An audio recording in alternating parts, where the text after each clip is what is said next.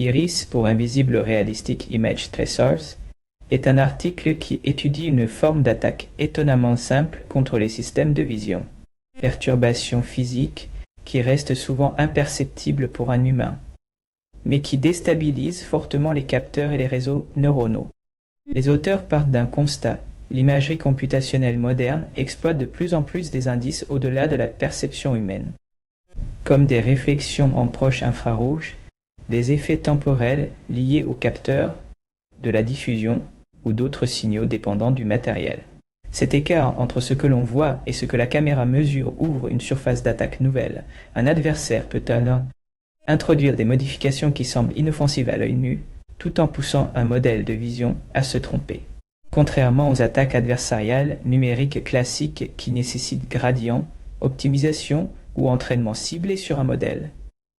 Ce travail met en avant une classe négligée, des perturbations fermées analytiques qui ne demandent ni optimisation ni connaissance du modèle. Elles ressemblent à des artefacts réels, rolling shutter, aliasing, décalage spectral, flare, et sont faciles à implémenter. Les auteurs proposent donc un benchmark rigoureux. 20 perturbations de ce type sont évaluées sur 9. Jeux de données publics avec des modèles standards pour un total d'environ 1,5 million d'inférences.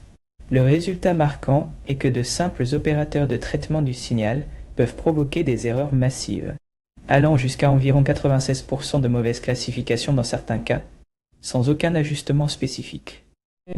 Et surtout, ils ne se contentent pas d'affirmer que c'est invisible.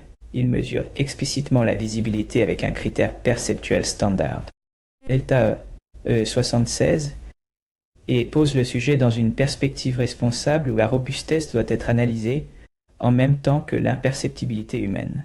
Le benchmark se présente comme une bibliothèque de transformation légère et paramétrable, appliquée aux images de images. Manière physiquement plausible pour imiter des distorsions dues à l'affichage, au capteur, à l'optique ou à l'éclairage. Les opérateurs couvrent plusieurs mécanismes. Des indices spectraux comme des motifs type proche infrarouge, des indices temporels comme des bandes de scintillement façon modulation d'éclairage ou des rampes liées à la lampe. Lecture du capteur, des distorsions spatiales comme le décalage entre canaux, des franges de moiré et des artefacts de sous-pixels et des artefacts optiques comme le flare ou le flou de mouvement associé au rolling shutter point. En parallèle, les auteurs donnent un encadrement analytique de l'écart perceptuel et choisissent des paramètres pour que beaucoup d'attaques restent proches des seuils de visibilité couramment admis, tout en stressant les modèles. Expérimentalement, ils comparent la précision en conditions normales et la précision sous attaque, et relient ces chutes de performance à la distance perceptuelle. On observe un compromis net, car certaines attaques sont extrêmement efficaces, mais aussi très visibles, par exemple une inversion de canal qui change fortement les couleurs, tandis que d'autres restent difficiles à détecter tout en réussissant à un taux élevé, comme des points infrarouges ou certains flous de type rolling shutter. Il constate une forte corrélation globale entre visibilité et succès de l'attaque, tout en montrant qu'elle n'est pas parfaite. Une perturbation peu visible peut quand même être dangereuse. La conclusion combine alerte et outils.